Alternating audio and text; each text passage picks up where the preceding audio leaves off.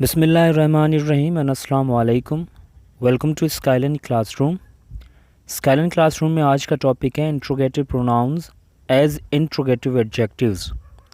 आपके जो interrogative pronounce हैं WH वाले, जिसमें आप व्हाट, विच और व्हेन, हुज आपने पढ़े थे, उनमें से कुछ जो हैं आपके इंट्रोगेटिव एडजेक्टिव्स भी हैं। यानी इंटरेस्टिंग बात यह है कि वही वर्ड्स जो आपके इंट्रोगेटिव प्रोनाउंस हैं, सेम वर्ड्स आपके इंट्रोगेटिव एडजेक्टिव्स भी हैं। ठीक है, अब हमें समझना ये होगा कि कहाँ पर इनका यूजेज जो है वो एज ए इंट्रोगेटिव प्रोनाउन है और कहाँ पर इनका यूजेज जो है वो इंट्रोगेटिव एडजेक्टिव्स में है। ठीक है, ये बहुत ही इंटरेस्टिंग भी है और बहुत ही इन्फॉर्मेटिव भी है, जिसमें आपको कन्फ्यूजन जो है वो नहीं होती। अगर आप इनको सीख लें अच्छे तरीके से तो आपके इंट्रोगेटिव प्रोनाउन जो हैं वो आपको बहुत सारी जगहों पर इस्तेमाल किए हुए मिलेंगे। जो होंगे एडजेक्टिव्स पर आप उनको इंट्रोगेटिव प्रोनाउंस ही समझेंगे। ठीक है, तो आज हम इसके बारे में सीखेंगे कि कौन से इंट्रोगेटिव प्रोनाउंस हैं जो कि आपके इंट्रोगेटिव एडजेक्टिव्स भी इस्तेमाल किए जा सकते हैं। अब वो हैं व्हाट, विच, हुज। अब ये मोस्ट इम्पॉर्टेंट 3 हैं आपके इंट्रोगेटिव प्रोनाउंस जो कि इंट्रोगेटिव एडजेक्टिव्स के तौर पर भी इस्तेमाल किए जाते हैं। What, which and whose. ये आपने अक्सर तौर पर इनको एज ए प्रोनाउन ही समझा होगा या देखा होगा, और अक्सर आप इनको प्रोनाउन के तौर पर ही लेते होंगे। ठीक है, पर ये एडजेक्टिव्स भी हैं, इनको एज एडजेक्टिव भी इस्तेमाल किया जाएगा। हाँ, इनका फंक्शन वही होगा जो इंट्रोगेटिव प्रोनाउंस का है, वही इंट्रोगेटिव इनका होगा, मगर ये पार्ट्स ऑफ स्पीच इसका चेंज हो जाएगा जो कि एडजेक्टिव्स बन जाएंगे। अब जब आप इसका स्ट्रक्चर देखेंगे कि इंट्रोगेटिव प्रोनाउन का स्ट्रक्चर क्या है, तो सीधी सी बात है, आप WH फॉर्म यानी व्हाट, विच या हुज को रखेंगे पहले, उसके बाद ऑक्सिलरी वर्ब आएगा, उसके बाद सब्जेक्ट आता है, फिर वर्ब आएगा, फिर ऑब्जेक्ट आएगा एंड क्वेश्चन मार्क। ये है इंट्रोगेटिव प्रोनाउन का स्ट्रक्चर, जो आपने ऑलरेडी मैंने भी आपको पढ़ाया था और आपने भी इसको सीखा हुआ है कि पहले WH आएगा, उसके बाद ऑक्सिलरी, फिर सब्जेक्ट, फिर वर्ब एंड फिर ऑब्जेक्ट आएगा, फिर क्वेश्चन मार्क। ये इंट्रोगेटिव प्रोनाउन का है। पर जब आप इसको इंट्रोगेटिव एडजेक्टिव में करोगे तो वहाँ पर आपको ये बात जो है ना जहन में रखनी होगी कि WH के बाद, ठीक है ना, ऑक्सिलरी वर्ब डायरेक्ट नहीं आएगा। जब मैं आपको बताऊंगा इंशाल्लाह स्ट्रक्चर तो आपको क्लियर हो जाएगा। अब देखें इसका एग्जाम्पल क्या है। What is your favourite place. आपका या आपकी फेवरेट प्लेस कौन सी है। अब यहाँ पर व्हाट के बाद ऑक्सिलरी वर्ब इज़ आ रहा है। ठीक है, तो ये यहाँ पर जो व्हाट है ये आपका है इंट्रोगेटिव प्रोनाउन। ये इसकी निशानी है कि अगर व्हाट के बाद ऑक्सिलरी वर्ब कोई भी आ जाए, इज़ एम आर में से, वाज वर में से, डू डज में से कोई भी आ जाए, तो वहाँ पर आपका जो व्हाट है वो इंट्रोगेटिव प्रोनाउन है। सेम तरीके से which is your favourite subject. तुम्हारा फेवरेट सब्जेक्ट कौन सा है। अब यहाँ पर विच के बाद भी आपका ऑक्सिलरी आ रहा है, तो आपने इसको क्या कह दिया कि ये आपका इंट्रोगेटिव प्रोनाउन है। पर जब आप इंट्रोगेटिव एडजेक्टिव्स में करेंगे तो WH के बाद यानी व्हाट, विच या हुज के बाद डायरेक्ट आपका नाउन आएगा, ऑक्सिलरी वर्ब नहीं आएगा, नाउन आएगा। ये जहन में रखना है आपको बात कि जब WH के बाद डायरेक्ट आपका नाउन आ जाए, उसके बाद ऑक्सिलरी वर्ब आए, फिर सब्जेक्ट आए या फिर ऑब्जेक्ट आए, जो भी है, मगर WH के बाद अगर डायरेक्ट नाउन आ जाए तो वहाँ पर वो आपका इंट्रोगेटिव एडजेक्टिव कहलाएगा, वो आपका इंट्रोगेटिव प्रोनाउन नहीं कहलाएगा। अब जैसे एग्जांपल देखें, what place do you like the most. अब यहाँ पर देखें व्हाट के बाद डायरेक्ट क्या आ गया, प्लेस। प्लेस यानी नाउन। हालांकि व्हाट के बाद हम इंट्रोगेटिव प्रोनाउन में पढ़ रहे थे कि व्हाट के बाद ऑक्सिलरी आ जाए तो वो है प्रोनाउन, इंट्रोगेटिव प्रोनाउन। पर अगर व्हाट के बाद नाउन आ जाए, जैसे प्लेस नाउन है, तो यहाँ पर ये व्हाट जो है आपका बन जाएगा इंट्रोगेटिव एडजेक्टिव। बस यही फ़र्क है कि आपको जहन में रखना होगा। ठीक है, उसके बाद दूसरा सेंटेंस देखें, which subject is your favourite. पहले हम क्या पढ़ रहे थे इंट्रोगेटिव प्रोनाउन में, which is your favourite subject. अब यहाँ पर पढ़ रहे हैं which subject is your favourite, यानी तुम्हारा सब्जेक्ट पसंदीदा कौन सा है। मीनिंग दोनों की सेम है, पर वहाँ पर जो विच है, विच के बाद जब इज़ आएगा तो वो इंट्रोगेटिव प्रोनाउन है, पर जब विच के बाद डायरेक्ट नाउन आ जाएगा तो ये आपका विच जो है वो इंट्रोगेटिव एडजेक्टिव हो जाएगा। जैसे यहाँ पर देखें, हुज पेन इज़ दिस।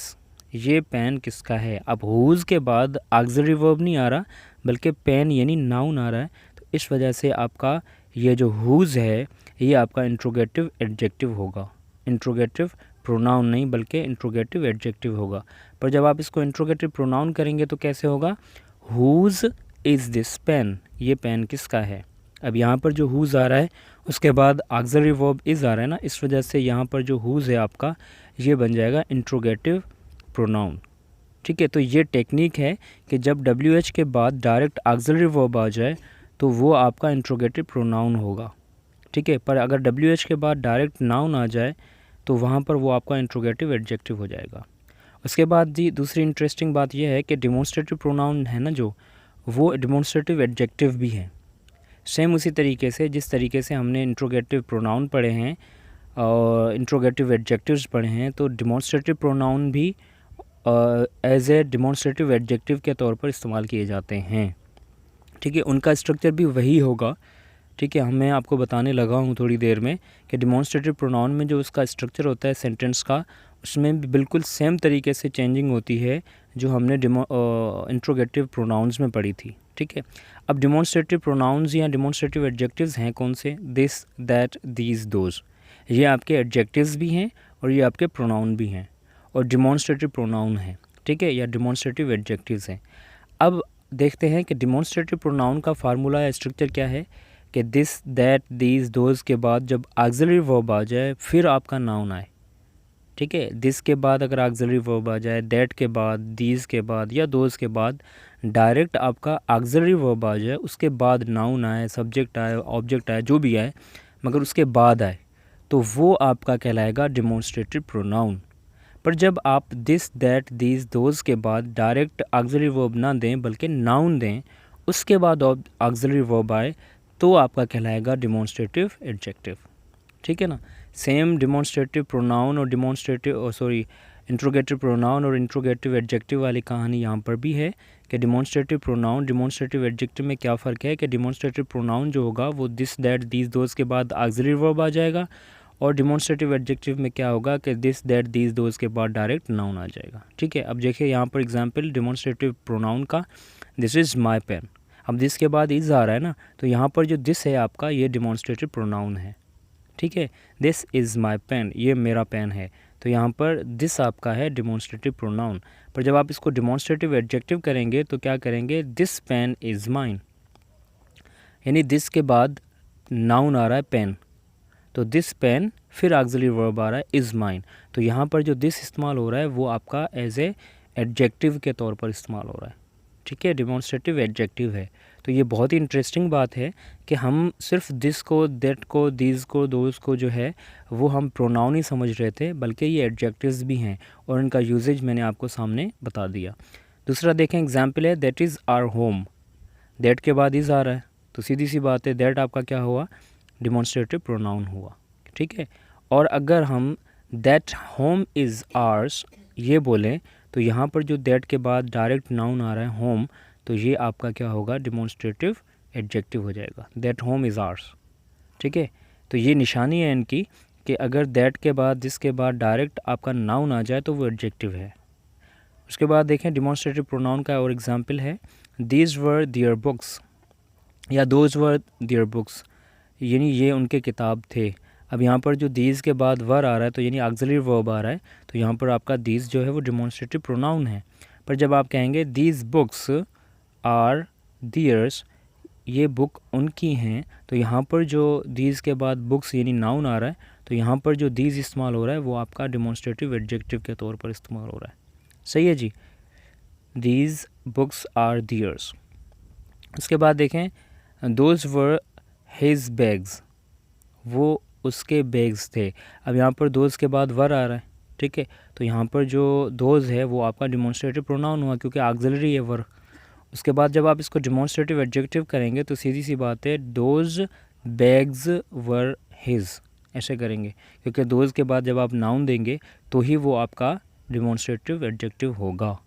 ठीक है, अब ये चीज़ें जो थी बहुत ही इंटरेस्टिंग थी और बहुत ही दिलचस्प मतलब एक टेक्निकल थी कि आपको सिर्फ एक ही चीज़ पर डिपेंड नहीं करना होता। ठीक है, आपको पता होना चाहिए कि यही आपके इंट्रोगेटिव प्रोनाउन भी हैं, इंट्रोगेटिव एडजेक्टिव्स भी हैं। यही आपके डिमॉन्स्ट्रेटिव प्रोनाउन भी हैं और डिमॉन्स्ट्रेटिव एडजेक्टिव्स भी हैं, और उनका स्ट्रक्चर जो है वो भी आपको पता होना चाहिए, क्योंकि एग्ज़ाम्स के अंदर ये काफ़ी चीज़ें जो हैं पूछी जाती हैं। आई होप कि आपको सारी बातें समझ में आई होंगी।